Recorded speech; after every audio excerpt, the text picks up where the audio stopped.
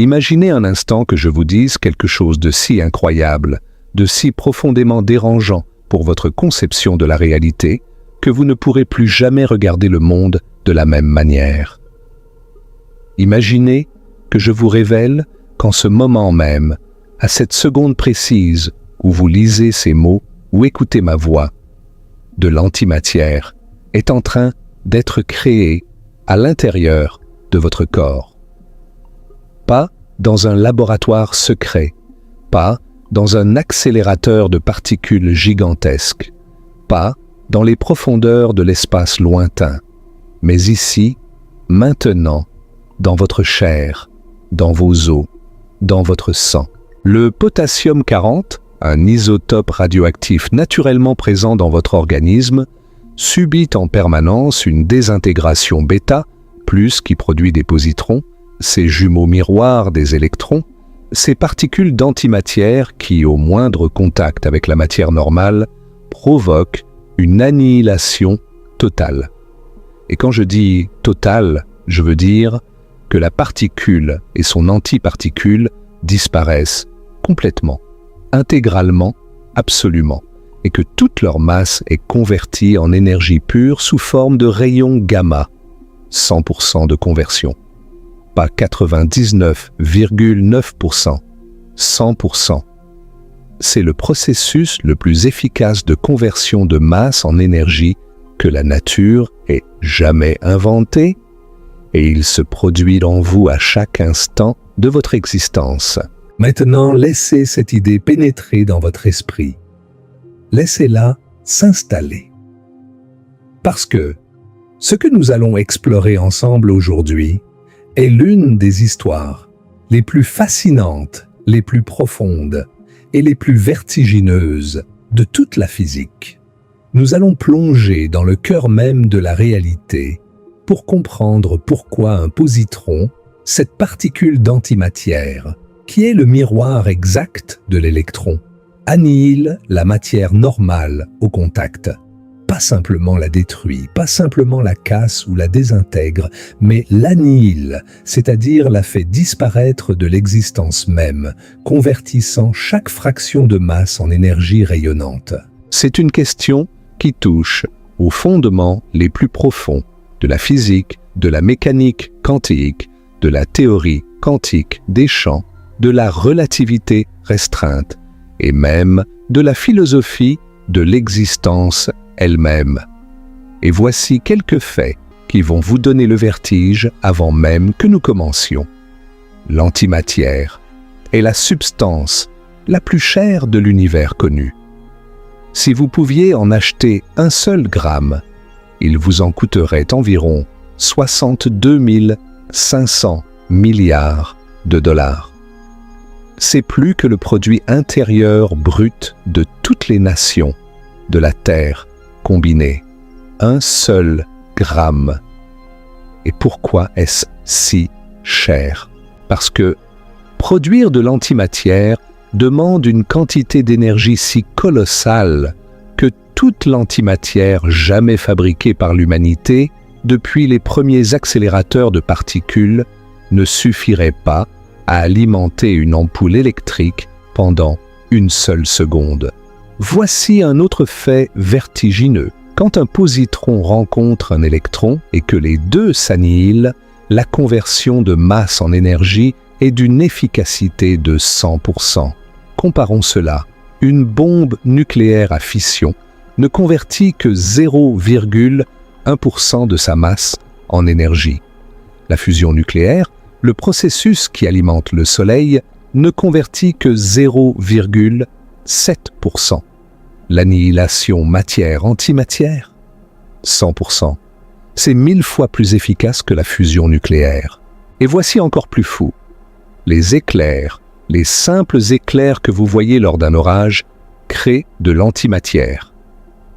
Les bananes, oui, les bananes que vous mangez au petit déjeuner, produisent des positrons par la désintégration du potassium 40 qu'elles contiennent.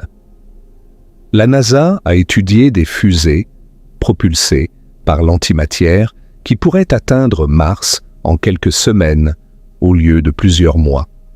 Et le CERN, le laboratoire européen de physique des particules, a réussi à piéger de l'antimatière pendant plus de 1000 secondes. Mais avant que nous plongions dans ce qui est sans doute le terrier de lapin le plus profond de toute la physique, j'ai besoin que vous fassiez quelque chose pour moi. Si vous êtes le genre de personne qui reste éveillée la nuit à penser au fonctionnement de l'univers, si vous êtes le genre d'esprit curieux qui veut comprendre non seulement ce qui se passe, mais pourquoi cela se passe, alors abonnez-vous à cette chaîne. Appuyez sur le bouton d'abonnement et activez la cloche de notification parce que nous faisons ici de la science profonde, de la vraie science, pas du sensationnalisme superficiel. Et laissez un commentaire en bas de cette vidéo pour me dire « Saviez-vous que de l'antimatière était créée dans votre corps en ce moment même ?» Je veux lire vos réactions. Et bien sûr, si cette vidéo vous apprend quelque chose, appuyez sur le bouton « J'aime » parce que l'algorithme de YouTube a besoin de savoir que les gens veulent de la vraie science, de la science profonde, de la science qui change notre façon de voir le monde. Très bien. Maintenant, attachez vos ceintures. Parce que pour comprendre pourquoi un positron annihile la matière normale au contact, nous devons d'abord comprendre ce qu'est la matière elle-même. Et cette histoire commence il y a plus de 2500 ans, dans la Grèce antique, avec un homme nommé Démocrite. Démocrite était un philosophe qui a eu une intuition extraordinaire. Il a regardé le monde autour de lui, la terre, l'eau, l'air, les rochers, les arbres, les étoiles, et il s'est posé une question fondamentale. Si vous prenez un morceau de matière et que vous le coupez en deux, puis que vous prenez l'un des morceaux et que vous le coupez encore en deux, et ainsi de suite encore et encore, est-ce que vous pouvez continuer à couper indéfiniment ou est-ce qu'à un moment donné, vous arrivez à un morceau si petit qu'il ne peut plus être coupé? Démocrite a conclu qu'il devait exister une unité fondamentale, indivisible, de la matière. Il l'a appelée atomos, ce qui signifie en grec « qui ne peut être coupé ». L'atome. C'était une idée brillante, prophétique, visionnaire, mais Démocrite n'avait aucun moyen de la prouver. Pendant plus de 2 millénaires, cette idée est restée une spéculation philosophique, une intuition sans preuve expérimentale. Il a fallu attendre le début du XIXe siècle pour que la science commence à donner raison à Démocrite. John Dalton, un chimiste et physicien anglais, a proposé en 1803 sa théorie atomique, selon laquelle chaque élément chimique est constitué d'atomes identiques entre eux, mais différents de ceux des autres éléments, et que les réactions chimiques impliquent le réarrangement de ces atomes. C'était le début de la chimie moderne. Mais Dalton pensait que les atomes étaient des sphères solides, indivisibles, les unités ultimes de la matière. Il avait raison sur l'existence des atomes, mais tort sur leur indivisibilité, parce que la nature avait encore bien des surprises en réserve. En 1897, un physicien britannique nommé Joseph John Thomson a fait une découverte qui a changé à jamais notre compréhension de la matière. En étudiant les rayons cathodiques, ces mystérieux rayons émis dans des tubes à vide soumis à une haute tension, Thomson a découvert que ces rayons étaient constitués de minuscules particules chargées négativement, beaucoup plus légères que le plus petit atome connu. Il venait de découvrir l'électron, la première particule subatomique jamais identifiée. L'atome n'était pas indivisible après tout. Il contenait des composants plus petits. Thomson a proposé un modèle de l'atome qu'on appelle le modèle du plum pudding, dans lequel les électrons négatifs étaient enchâssés dans une sphère de charge positive, comme des raisins secs dans un pudding. C'était un modèle élégant, raisonnable et complètement faux. La preuve de son erreur est venue en 1911, grâce à une expérience célèbre menée par Ernest Rutherford et ses collaborateurs Hans Geiger et Ernest Marsden. Ils ont bombardé une fine feuille d'or avec des particules alpha, qui sont des noyaux d'hélium chargés positivement. Si le modèle de Thomson avait été correct, les particules alpha auraient dû traverser la feuille d'or avec une déviation minimale, comme des balles traversant du brouillard. Et c'est effectivement ce que faisait la grande majorité des particules. Mais quelques-unes, une sur environ 8000, étaient déviées à de grands angles. Et certaines rebondissaient même en arrière, revenant vers la source. Rutherford a décrit sa stupéfaction avec ces mots devenus célèbres. C'était comme si vous aviez tiré un obus de 15 pouces sur une feuille de papier de soie et qu'il était revenu vous frapper. La conclusion de Rutherford était révolutionnaire. Presque toute la masse de l'atome et toute sa charge positive sont concentrées dans un noyau incroyablement petit et dense au centre, et les électrons orbitent autour de ce noyau à une distance relativement immense. L'atome est essentiellement constitué de vide.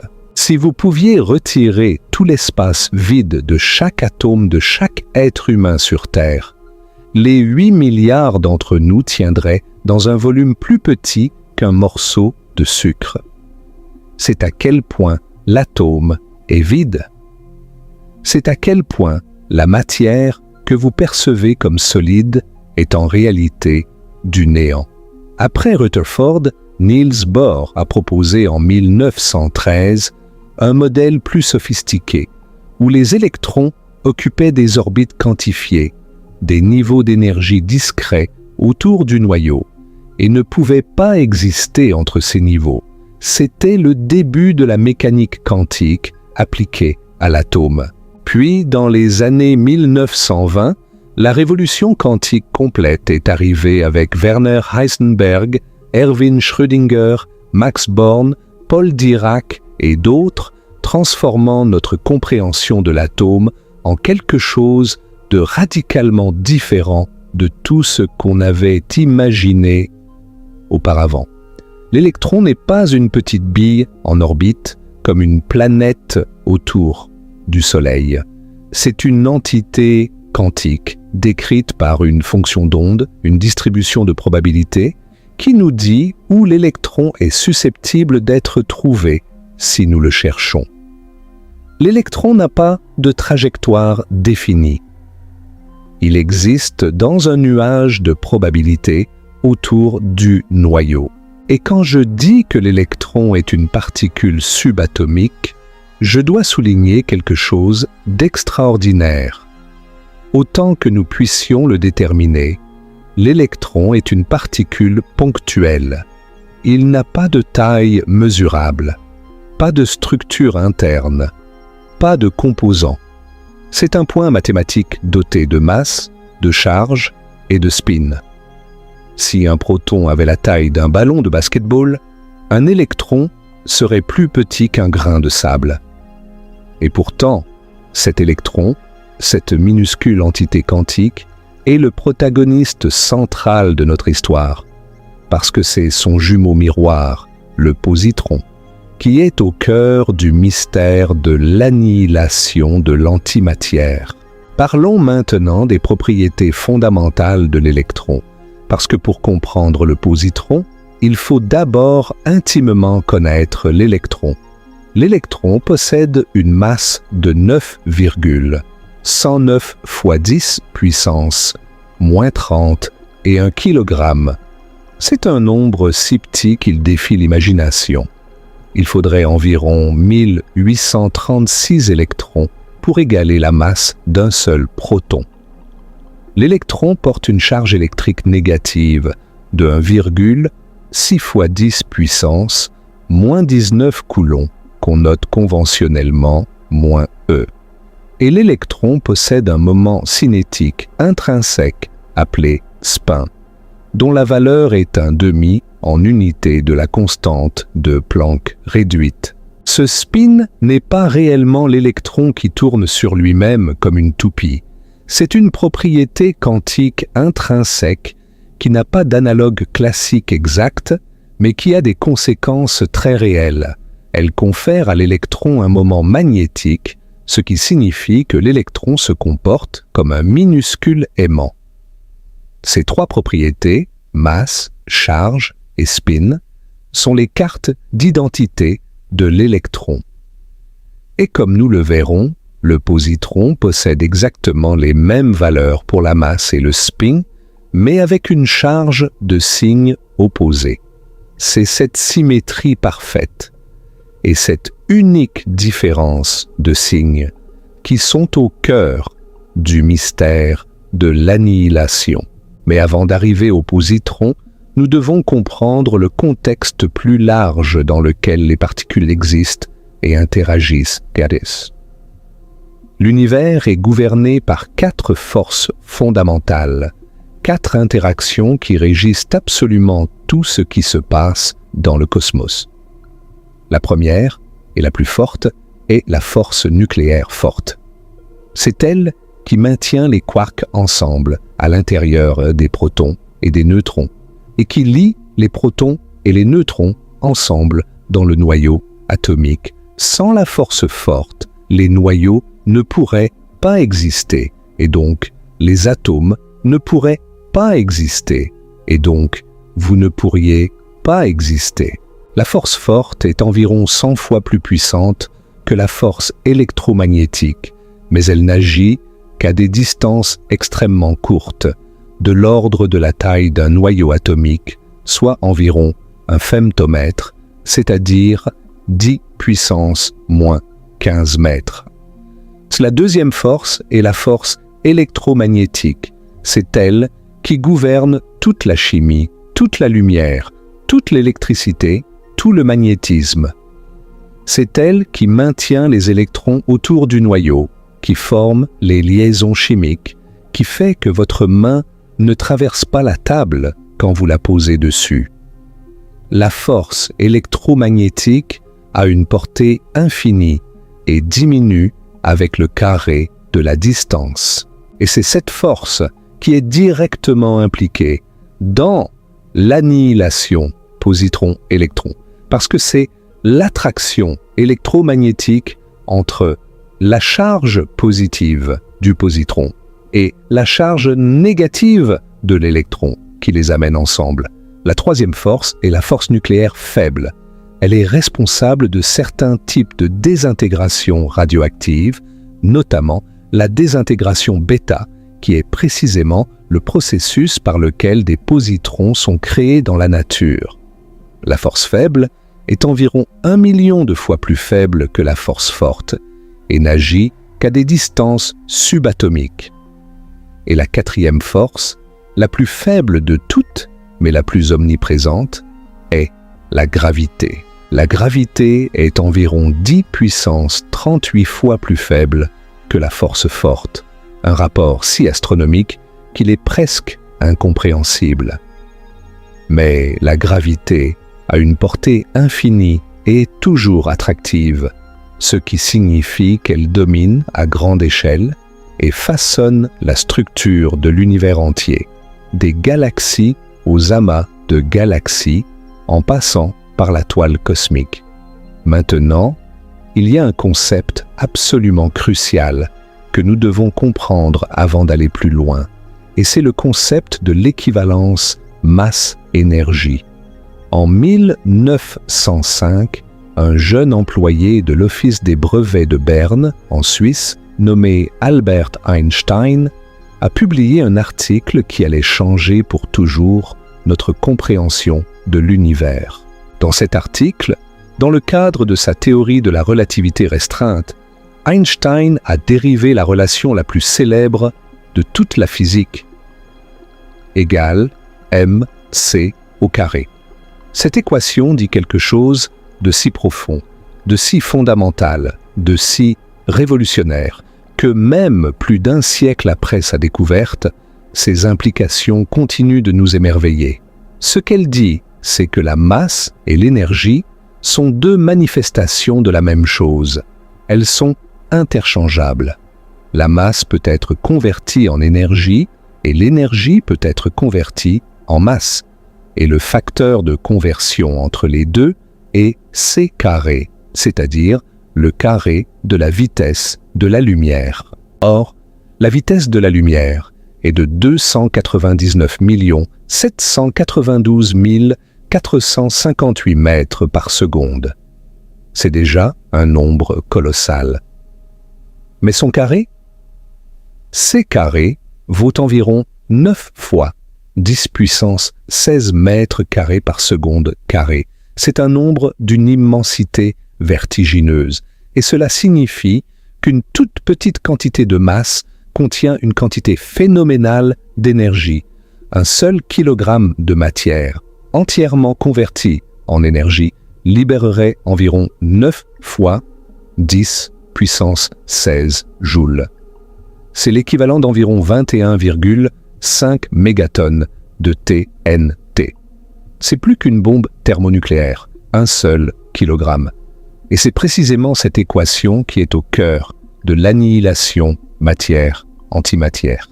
Quand un positron rencontre un électron et que les deux s'annihilent, toute leur masse combinée est convertie en énergie selon E égale mc². Pas une fraction, pas un pourcentage, la totalité.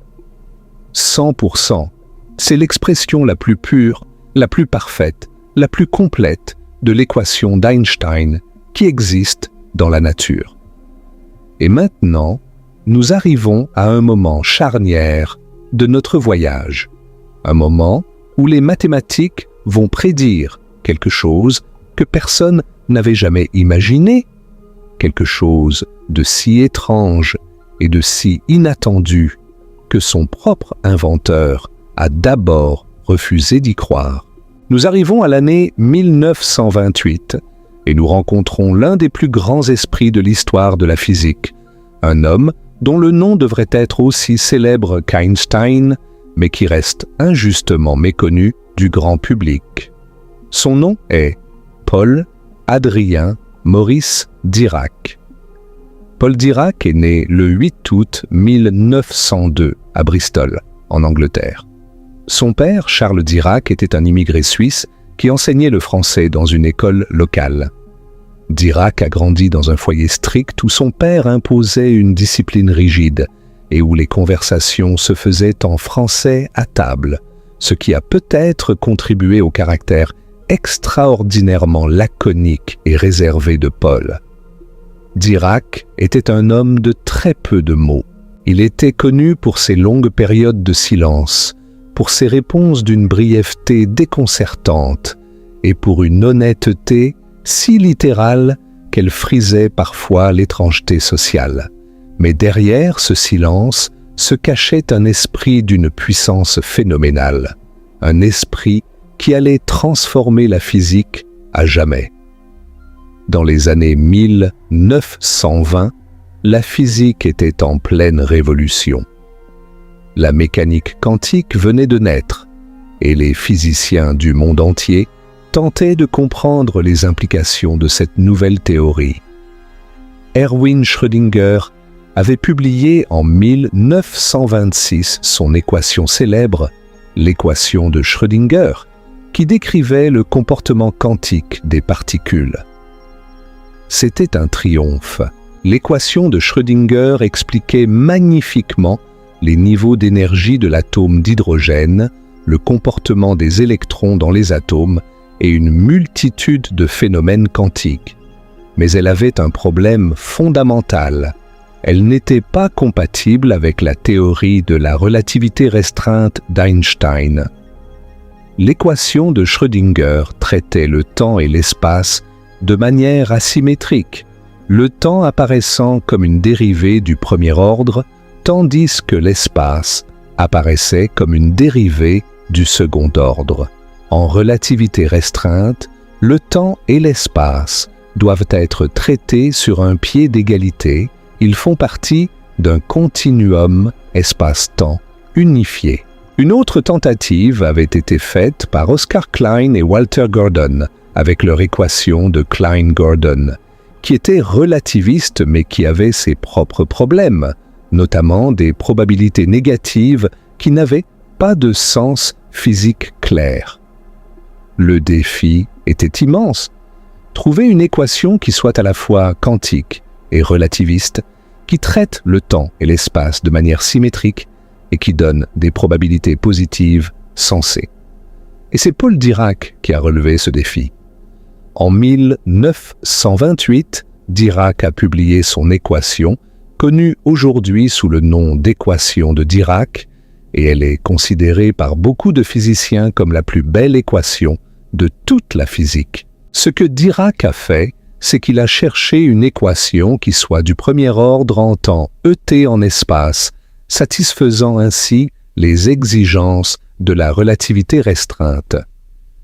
Pour y parvenir, il a dû introduire des mathématiques nouvelles, des matrices 4 par 4 appelées matrices de Dirac ou matrice gamma, et sa fonction d'onde n'était plus un simple nombre complexe comme dans l'équation de Schrödinger, mais un objet mathématique à 4 composantes appelées spineurs. Et voici où les choses deviennent extraordinaires. L'équation de Dirac avait 4 solutions, là où on aurait pu en attendre 2. 2 de ces solutions correspondaient à ce qu'on connaissait déjà, un électron avec spin vers le haut et un électron avec spin vers le bas. Parfait. Exactement ce qu'il fallait. Mais les 2 autres solutions, elles correspondaient à des états d'énergie négative. Des particules avec une énergie négative. Qu'est-ce que cela pouvait bien signifier? Au début, Dirac était perplexe. Des énergies négatives n'avaient pas de sens physique évident. Il a d'abord essayé d'ignorer ces solutions, de les rejeter comme des artefacts mathématiques sans signification physique. Mais les mathématiques étaient impitoyables. Les solutions à énergie négative étaient intrinsèquement liées aux solutions à énergie positive. On ne pouvait pas avoir les unes sans les autres. L'équation l'exigeait. La nature l'exigeait. Alors Dirac a fait quelque chose de brillant et d'audacieux. Il a proposé ce qu'on appelle aujourd'hui la mer de Dirac.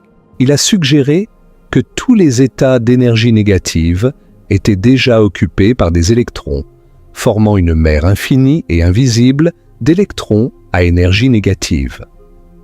Cette mer serait normalement indétectable parce qu'elle serait uniforme et omniprésente. Mais si un photon suffisamment énergétique frappait l'un de ces électrons de la mer et lui donnait assez d'énergie pour sauter à un état d'énergie positive, il laisserait derrière lui un trou dans la mer.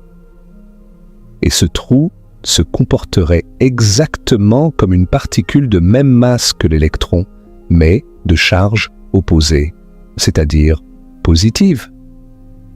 Initialement, Dirac a spéculé que ce trou pourrait être le proton, la seule particule de charge positive connue à l'époque. Mais cette idée a été rapidement réfutée.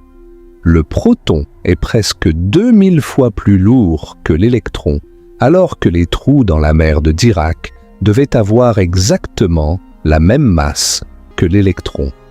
Alors Dirac a fait une prédiction audacieuse, extraordinaire, presque incroyable. Il devait exister une particule encore inconnue, de même masse que l'électron, mais de charge positive. Une antiparticule. Un anti-électron. Pensez à ce que cela signifie. Un homme, assis à son bureau, manipulant des symboles mathématiques sur du papier, a prédit l'existence d'un type entièrement nouveau de matière, de l'antimatière, jamais observée, jamais soupçonnée, simplement parce que les mathématiques l'exigeaient. Les mathématiques ne suggéraient pas l'existence de l'antimatière. Elles ne la rendaient pas possible. Elle la rendait nécessaire, obligatoire, inévitable. La structure même des équations de la physique exigeait que, pour chaque particule, il existe une antiparticule correspondante. L'univers n'avait pas le choix. Et cette beauté mathématique, cette symétrie profonde, allait bientôt être confirmée par l'expérience de la manière la plus spectaculaire qui soit.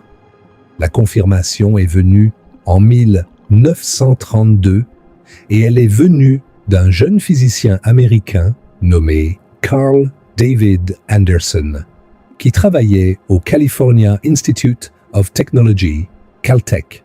Anderson étudiait les rayons cosmiques, ces particules de haute énergie qui bombardent constamment la Terre depuis l'espace. Pour les étudier, il utilisait un instrument appelé chambre à brouillard ou chambre de Wilson, du nom de son inventeur, Charles Thomson Rees Wilson. Le principe de la chambre à brouillard est ingénieux dans sa simplicité. Un volume d'air sursaturé de vapeur d'eau ou d'alcool est préparé de sorte que toute particule chargée qui le traverse laisse une traînée de gouttelettes de condensation le long de son chemin, comme la traînée de vapeur d'un avion dans le ciel. En plaçant cette chambre dans un champ magnétique, on peut déterminer le signe de la charge de la particule par la direction de la courbure de sa trajectoire et estimer sa masse et son énergie par le rayon de cette courbure. Anderson avait placé une plaque de plomb au milieu de sa chambre pour ralentir les particules et ainsi déterminer leur direction de mouvement. Et c'est alors qu'il a vu quelque chose d'extraordinaire. Sur l'une de ces photographies, il y avait une trace qui avait toutes les caractéristiques d'un électron, la même masse, la même longueur d'ionisation, mais qui courbait dans la mauvaise direction. Elle courbait dans la direction opposée à celle d'un électron. Elle courbait comme une particule de charge positive. Mais elle ne pouvait pas être un proton, parce que la trace était trop longue et trop fine pour un proton, qui est beaucoup plus massif et ionise beaucoup plus fortement. La seule explication possible était qu'il s'agissait d'une particule de la masse de l'électron, mais de charge positive. Exactement ce que Dirac avait prédit. Anderson l'a appelé le positron, contraction de positive électron. Et avec cette découverte, l'antimatière est passée du domaine des prédictions mathématiques au domaine de la réalité physique confirmée. Anderson a reçu le prix Nobel de physique en 1936 pour cette découverte. Et ce moment, cet instant où une photographie prise dans une chambre à brouillard en Californie a confirmé une prédiction faite par un mathématicien à Cambridge, est l'un des plus beaux moments de toute l'histoire de la science. L'univers avait chuchoté son secret à travers les mathématiques, et puis il l'avait montré à travers l'expérience. La théorie et l'observation se sont rencontrées dans une harmonie parfaite, et le monde n'a plus jamais été le même. Maintenant que nous savons comment le positron a été prédit et découvert, plongeons plus profondément dans ce qu'est exactement cette particule fascinante. Le positron est, dans tous les sens mesurables, le reflet miroir parfait de l'électron. Sa masse est exactement identique à celle de l'électron. 9,109 fois 10 puissance moins 30 et 1 kg. Pas approximativement identique, pas presque identique, exactement identique, à la limite de toute précision expérimentale que nous ayons jamais atteinte. Son spin est exactement le même, 1,5. Son moment magnétique a exactement la même magnitude, mais de signe opposé. Et sa charge électrique est exactement de même magnitude que celle de l'électron, 1,6 fois 10 puissance moins 19 coulombs, mais de signe positif au lieu de négatif. Si vous pouviez observer un positron sans connaître le signe de sa charge, vous seriez absolument incapable de le distinguer d'un électron. C'est cette symétrie parfaite, cette image miroir exacte, qui rend l'annihilation possible et, en fait, inévitable. Comment les positrons sont-ils créés dans la nature? Il existe plusieurs mécanismes, et chacun d'entre eux illustre des aspects profonds et fascinants de la physique. Le premier mécanisme est la production de paires. Quand un photon, c'est-à-dire un quantum de lumière ou de rayonnement électromagnétique, possède suffisamment d'énergie et se trouve à proximité d'un noyau atomique ou d'un autre champ électrique intense, il peut spontanément se transformer en une paire électron-positron. Le photon disparaît et à sa place apparaissent un électron et un positron. C'est E égale mc carré, fonctionnant en sens inverse. L'énergie se convertit en masse. Mais il y a un seuil énergétique minimal pour que cela puisse se produire. L'énergie du photon doit être au moins égale à la somme des énergies de masse au repos de l'électron et du positron, soit 2 fois 0,511 mégaélectronvolts, ce qui donne 1,022 mégaélectronvolts. C'est l'énergie d'un rayon gamma bien au-delà de la lumière visible ou même des rayons X. Et la présence du noyau atomique est nécessaire pour absorber le recul et assurer la conservation de l'impulsion. Ce processus se produit constamment dans l'atmosphère terrestre quand les rayons cosmiques de haute énergie interagissent avec les molécules d'air. Il se produit dans les disques d'accrétion autour des trous noirs, où les températures sont si extrêmes que les photons atteignent facilement le seuil de production de paires.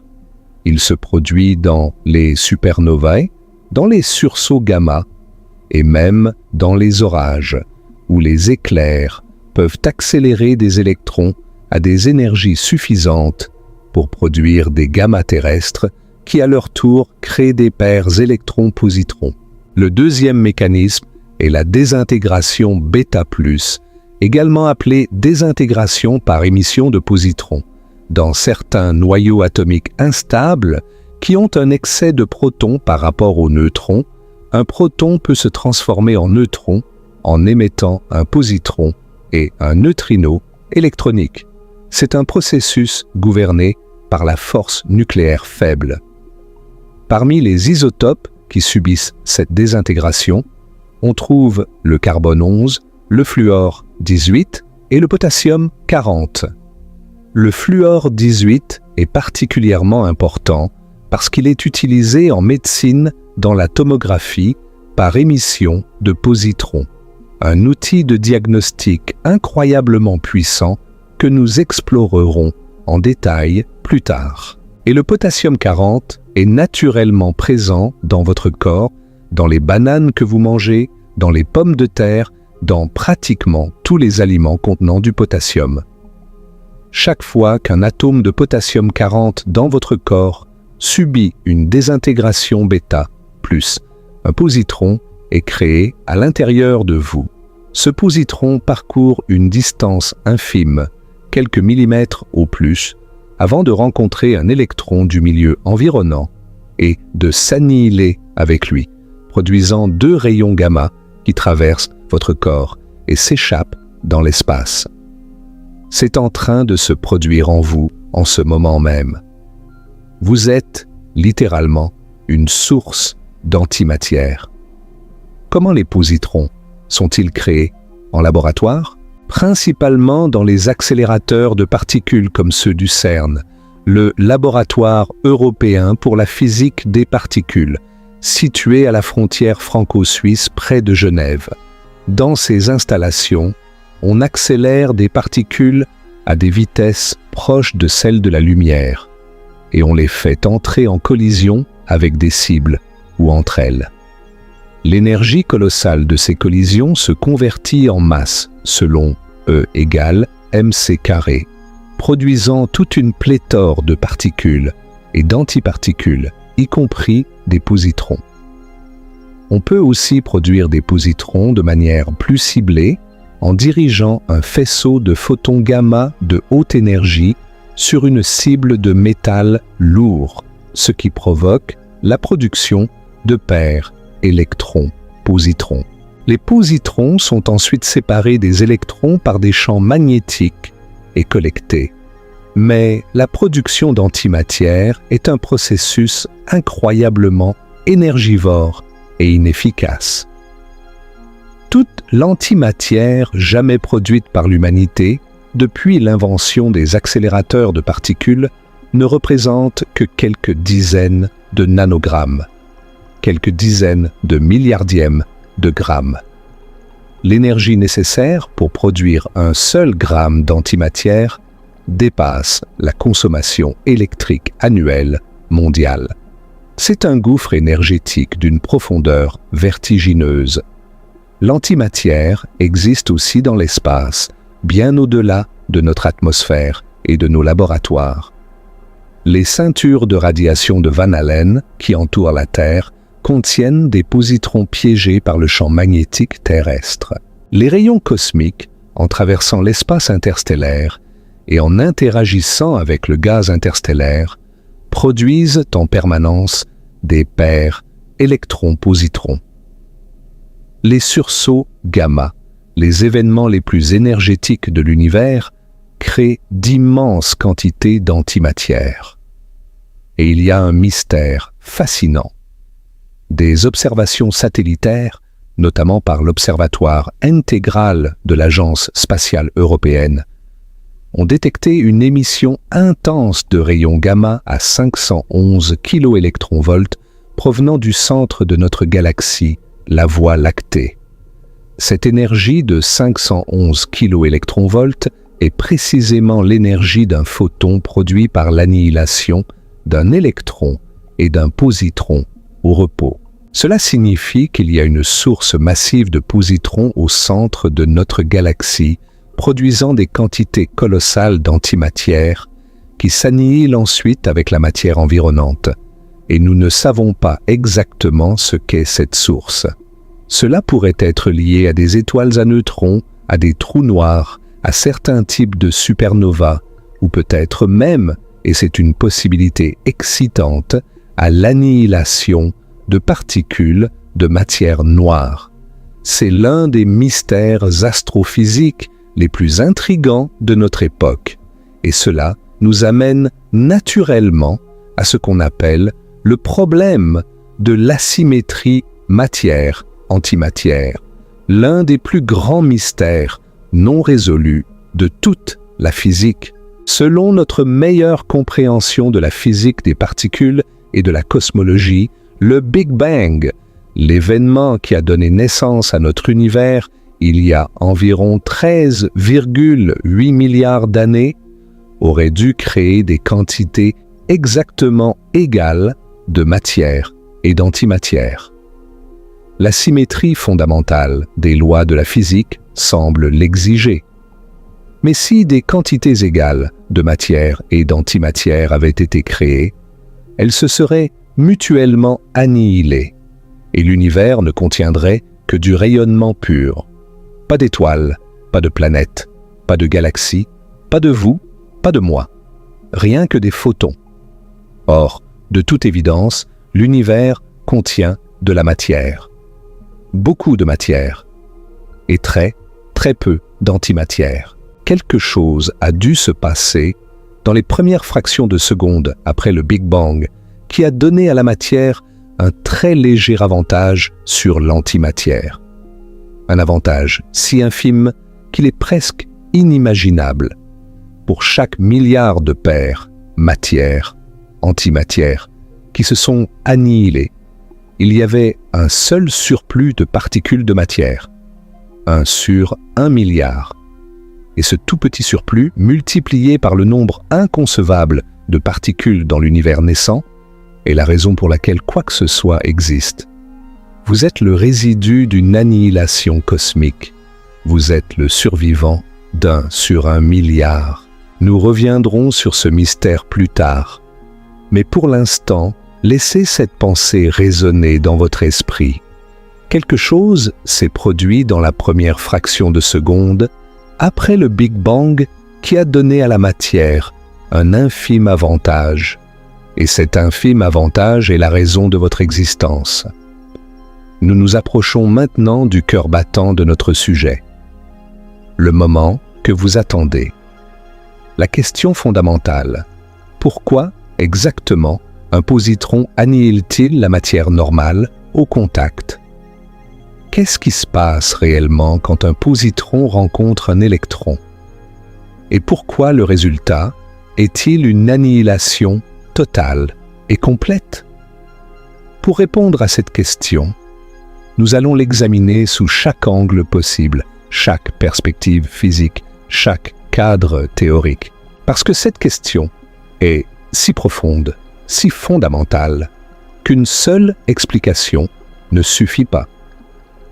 Il faut la comprendre de multiples façons pour vraiment saisir toute sa profondeur. Commençons par imaginer la scène. Un positron vole à travers l'espace. Peut-être qu'il vient d'être créé par une désintégration radioactive ou par la production de paires à partir d'un rayon gamma cosmique.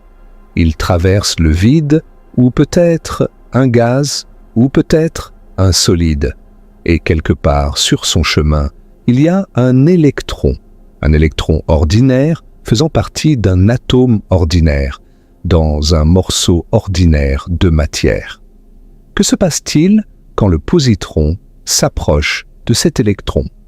La première chose qui se passe, c'est l'attraction électromagnétique. Le positron est chargé positivement. L'électron est chargé négativement. Les charges opposées s'attirent. C'est la loi de Coulomb, l'une des lois les plus fondamentales de l'électromagnétisme. La force d'attraction entre les deux particules augmente à mesure qu'elles se rapprochent, suivant une loi en inverse du carré de la distance. Plus elles sont proches, plus l'attraction est forte. Et contrairement à la fusion nucléaire, où deux noyaux positifs doivent surmonter une barrière de répulsion coulombienne immense pour se rapprocher suffisamment, ici, il n'y a aucune barrière. Les deux particules sont attirées l'une vers l'autre. Rien ne les empêche de se rapprocher.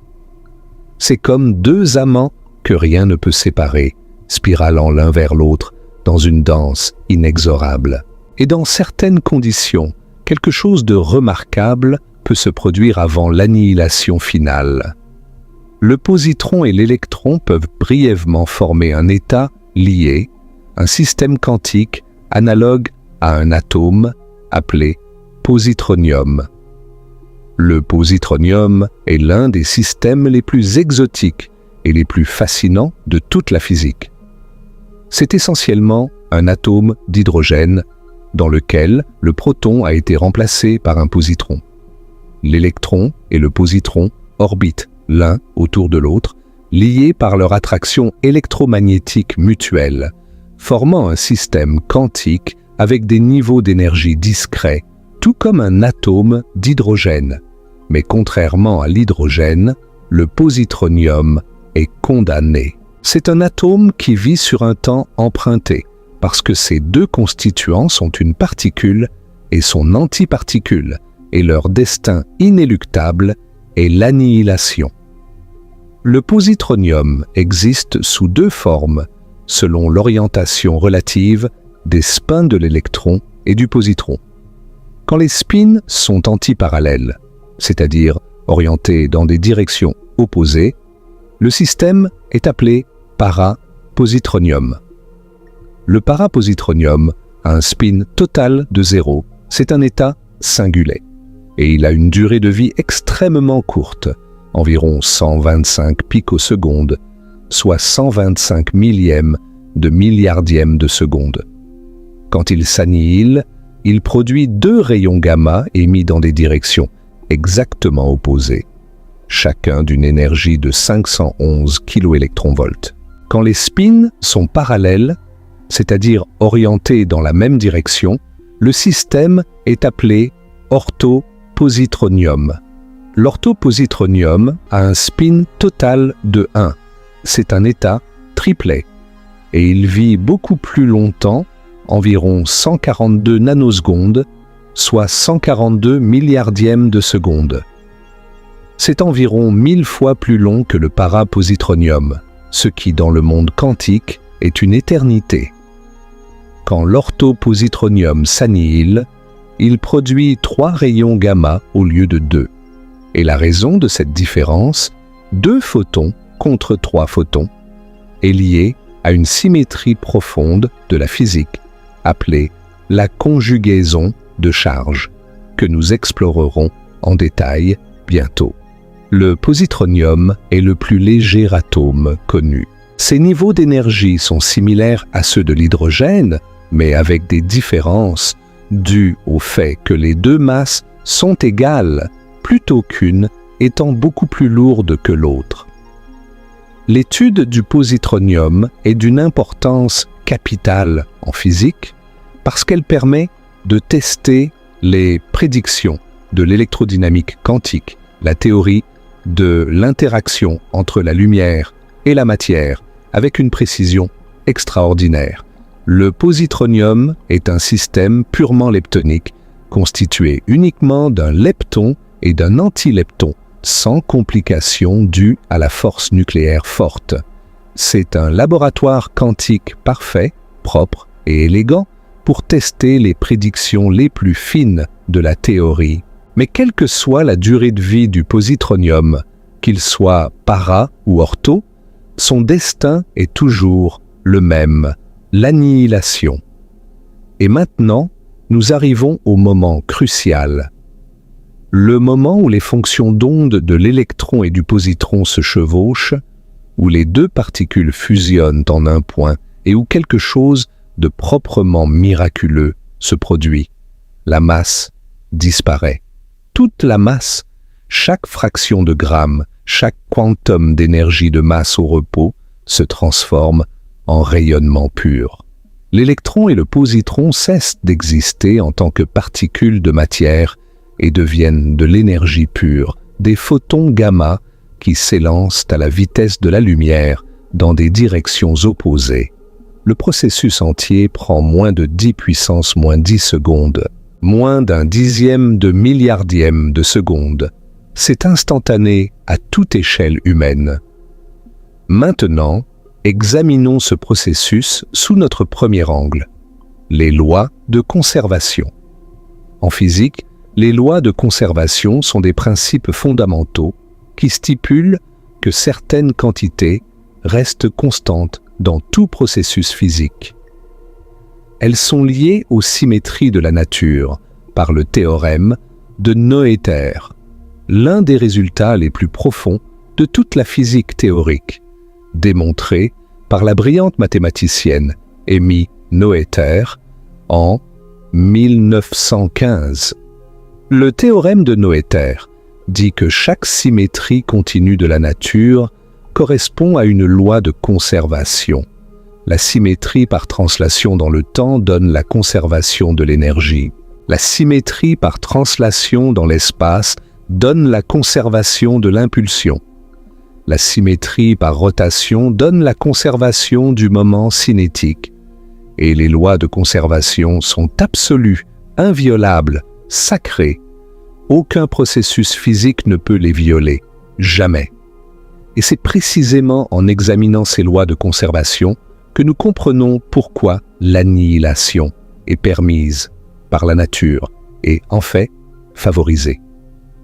Considérons la conservation de l'énergie. Avant l'annihilation, nous avons un électron et un positron, chacun avec son énergie de masse, au repos de 0,511 mégaélectronvolts, plus éventuellement de l'énergie cinétique. L'énergie totale avant l'annihilation est la somme des énergies de masse au repos et des énergies cinétiques des 2 particules. Après l'annihilation, nous avons des photons gamma dont l'énergie totale est exactement égale à l'énergie totale d'avant. La conservation de l'énergie est parfaitement respectée. L'énergie ne disparaît pas. Elle ne fait que changer de forme, passant de l'énergie de masse et de l'énergie cinétique à de l'énergie de rayonnement. Considérons la conservation de l'impulsion. C'est ici que les choses deviennent intéressantes et que nous comprenons pourquoi l'annihilation produit au moins 2 photons et non un seul. Imaginons que l'électron et le positron soient au repos l'un par rapport à l'autre, ou plus précisément que leur centre de masse soit au repos. Leur impulsion totale est donc 0. Après l'annihilation, l'impulsion totale doit toujours être 0. Or, un seul photon possède toujours une impulsion non nulle, puisqu'il se déplace toujours à la vitesse de la lumière. Un seul photon ne peut pas avoir une impulsion totale de 0. Il est donc impossible que l'annihilation produise un seul photon, car cela violerait la conservation de l'impulsion. Mais 2 photons émis dans des directions exactement opposées, avec des énergies égales, leur impulsion totale est 0. La conservation de l'impulsion est satisfaite. C'est pourquoi l'annihilation d'un électron et d'un positron au repos produit toujours 2 rayons gamma émis à 180 degrés l'un de l'autre, chacun avec une énergie de 511 kV. C'est un résultat inévitable des lois de conservation. Et si les particules ne sont pas au repos mais ont une énergie cinétique significative, la distribution angulaire des photons peut varier, mais l'impulsion totale est toujours conservée. Considérons la conservation de la charge électrique. L'électron a une charge de -1 en unité de charge élémentaire. Le positron a une charge de +1. La charge totale avant l'annihilation est donc 0. -1 + 1 égale 0. Les photons ont une charge de 0. La charge totale après l'annihilation est 0. La conservation de la charge est parfaitement respectée. Considérons la conservation du nombre leptonique. Le nombre leptonique est un nombre quantique qui vaut +1 pour les leptons, comme l'électron, et -1 pour les antileptons, comme le positron. L'électron a un nombre leptonique de +1. Le positron a un nombre leptonique de -1. Le total avant l'annihilation est 0. Les photons ont un nombre leptonique de 0. Le total après est 0. Conservation parfaite. Considérons enfin la conservation du moment cinétique, ou spin. Le spin total de l'état initial, combinaison de l'électron de spin 1,5 et du positron de spin 1,5, peut être soit 0 parapositronium, soit 1 orthopositronium, selon l'orientation relative des spins. Les photons résultants emportent le moment cinétique approprié dans leurs états de polarisation. La conservation du moment cinétique est satisfaite. Toutes les lois de conservation sont satisfaites, chacune d'entre elles, sans exception. Ce qui signifie que la nature permet ce processus. Mais plus que cela, la nature le favorise parce que l'état final des photons est un état de plus basse énergie de masse que l'état initial, un électron et un positron, l'énergie de masse étant convertie en énergie de rayonnement. C'est comme l'eau qui coule toujours vers le bas. La nature tend vers l'état de plus basse énergie et quand un positron rencontre un électron, l'annihilation est la descente naturelle. Passons maintenant à notre deuxième angle d'analyse, et celui-ci est peut-être le plus profond et le plus révélateur, la perspective de la théorie quantique des champs. La théorie quantique des champs, ou TQC, est le cadre théorique le plus fondamental que nous ayons pour décrire la nature. C'est la fusion de la mécanique quantique et de la relativité restreinte, et elle offre une vision de la réalité radicalement différente de tout ce que l'intuition quotidienne pourrait suggérer. Dans la TQC, les entités fondamentales ne sont pas les particules. Ce sont les champs. Des champs quantiques qui imprègnent tout l'espace, tout le temps, tout l'univers. Il existe un champ pour chaque type de particule fondamentale. Un champ d'électrons, un champ de quarks up, un champ de quarks down, un champ de photons, un champ de gluons, champ de X, et ainsi de suite. Ces champs sont partout, toujours, et ce que nous appelons particules ne sont en réalité que des excitations, des vibrations, des ondulations dans ces champs. Un électron n'est pas un petit objet qui existe indépendamment. C'est une excitation du champ d'électrons. Un photon n'est pas un petit paquet de lumière qui vole à travers le vide. C'est une excitation du champ électromagnétique. Pensez à un océan.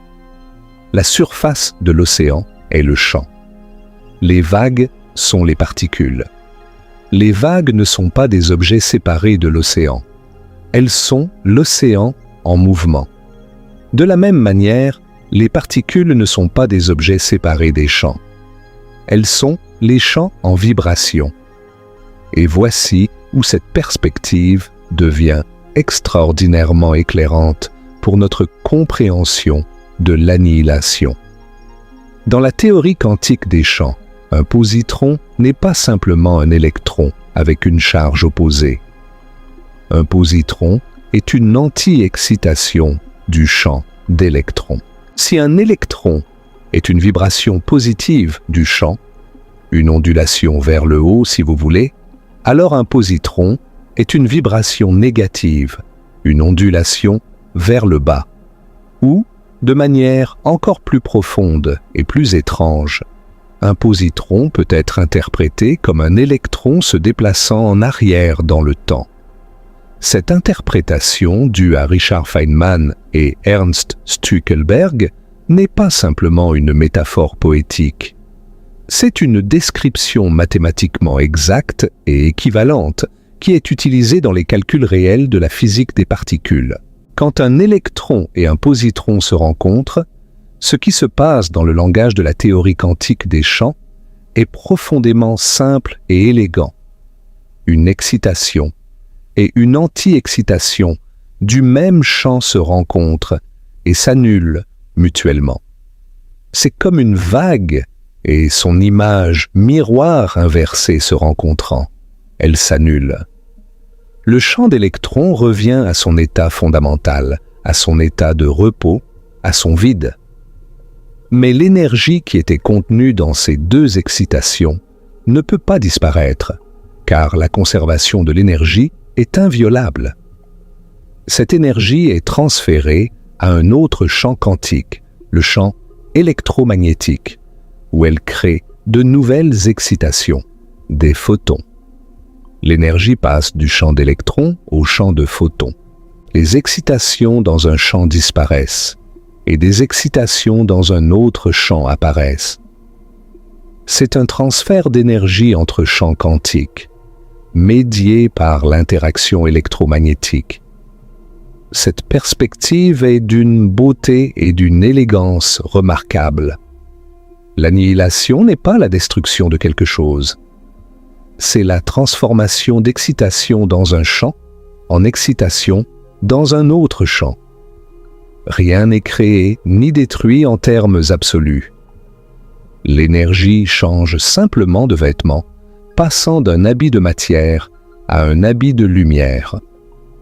Et la raison pour laquelle cette transformation est possible, c'est que le positron est exactement l'anti-excitation de l'électron. Ils sont parfaitement complémentaires, parfaitement opposés, et quand ils se rencontrent, ils s'annulent avec une perfection mathématique qui ne laisse rien derrière. Abordons maintenant notre troisième angle, l'explication par les diagrammes de Feynman. Richard Feynman, l'un des physiciens les plus brillants et les plus colorés du XXe siècle, a développé dans les années 1940 une représentation visuelle ingénieuse des processus de la physique des particules, connue sous le nom de diagramme de Feynman. Ces diagrammes ne sont pas simplement des illustrations pédagogiques. Chaque diagramme correspond à un terme mathématique précis dans le calcul de l'amplitude de probabilité d'un processus, et la somme de tous les diagrammes possibles donne la probabilité totale du processus. Dans le diagramme de Feynman de l'annihilation électron-positron, une ligne représentant l'électron et une ligne représentant le positron convergent vers un point appelé vertex, et de ce vertex émergeant deux lignes ondulées représentant les photons gamma. Le vertex est le point d'interaction, le moment exact où l'annihilation se produit, et il représente le couplage entre le champ d'électrons-positrons et le champ électromagnétique. La force de ce couplage est déterminée par une constante fondamentale de la nature, appelée la constante de structure fine, notée alpha, dont la valeur est approximativement 1 sur 137. C'est l'un des nombres les plus mystérieux et les plus importants de toute la physique. Elle détermine la force de l'interaction électromagnétique et donc la probabilité des processus comme l'annihilation. Mais voici quelque chose de profondément fascinant sur les diagrammes de Feynman. Dans un diagramme de Feynman, un positron est représenté par une flèche pointant en arrière dans le temps. Ce n'est pas une convention arbitraire. C'est une conséquence directe de la mathématique sous-jacente. Dans le formalisme de Feynman, un antiparticule se propageant en avant dans le temps est mathématiquement identique à la particule correspondante se propageant en arrière dans le temps. Ainsi, dans le diagramme de l'annihilation, on peut interpréter le processus de la manière suivante. Un électron arrive du passé, il émet deux photons, et il repart vers le passé. L'électron ne disparaît pas, il fait demi-tour dans le temps. L'annihilation n'est qu'un coude dans la trajectoire temporelle de l'électron. Cette interprétation a conduit John Archibald Wheeler, le mentor de Feynman, à proposer une idée délicieusement folle.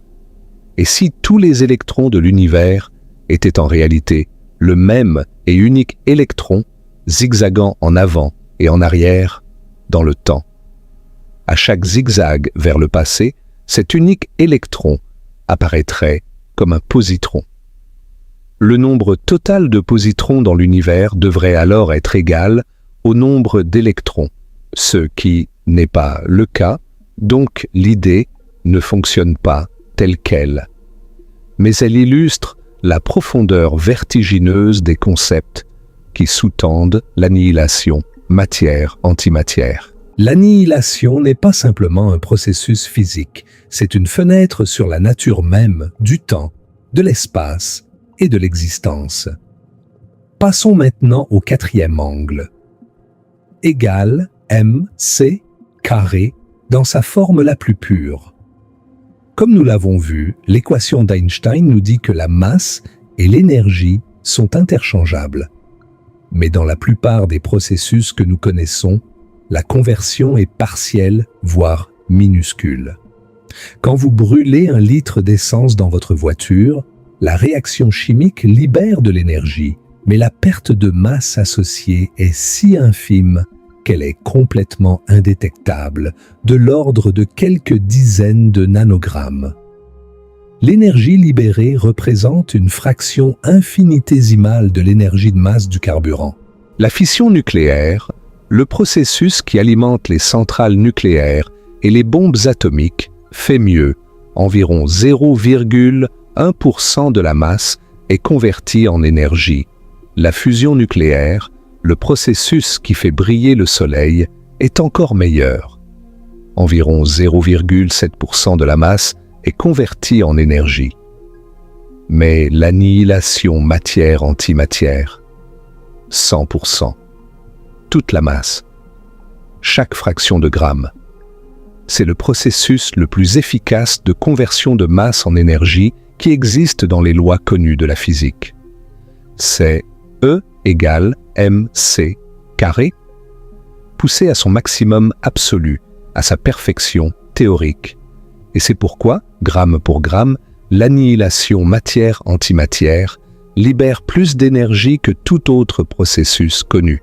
L'énergie libérée par l'annihilation d'un électron et d'un positron, 1,022 mégaélectronvolts, peut sembler modeste. Mais c'est parce que la masse de l'électron et du positron est infime. Si nous passons à l'échelle d'un gramme de positron s'annihilant avec un gramme d'électron, l'énergie libérée est d'environ 1,8 x 10 puissance 14 joules. C'est l'équivalent de 43 kilotonnes de TNT. La bombe d'Hiroshima représentait environ 15 kilotonnes. 2 grammes d'annihilation matière-antimatière, à peine le poids d'un trombone, libèrent de presque 3 fois l'énergie de la bombe d'Hiroshima. Et si nous passons à l'échelle du kilogramme, un kilogramme de matière s'annihilant avec un kilogramme d'antimatière libérerait environ 43 mégatonnes de TNT, ce qui est comparable à la Tsar Bomba, la bombe la plus puissante jamais testée par l'humanité. Notre 5e angle nous amène à une question qui semble simple, mais qui est en réalité profondément révélatrice. Pourquoi exactement 2 rayons gamma? Nous avons déjà touché à cette question en discutant de la conservation de l'impulsion. Mais allons plus loin. Quand un électron et un positron au repos s'annihilent, ils produisent typiquement 2 rayons gamma émis dans des directions exactement opposées, chacun d'une énergie de 511 kV. Pourquoi 2 et pas 1? Parce qu'un seul photon ne peut pas simultanément conserver l'énergie et l'impulsion du système. Le système initial a une impulsion totale de 0, puisque les particules sont au repos dans leur référentiel du centre de masse. Mais un photon a toujours une impulsion non nulle. Un photon unique violerait la conservation de l'impulsion. 2 photons émis en direction opposée résolvent le problème. Leurs impulsions sont égales et opposées, donnant une impulsion totale de 0. Et pourquoi chacun a-t-il exactement 511 kV?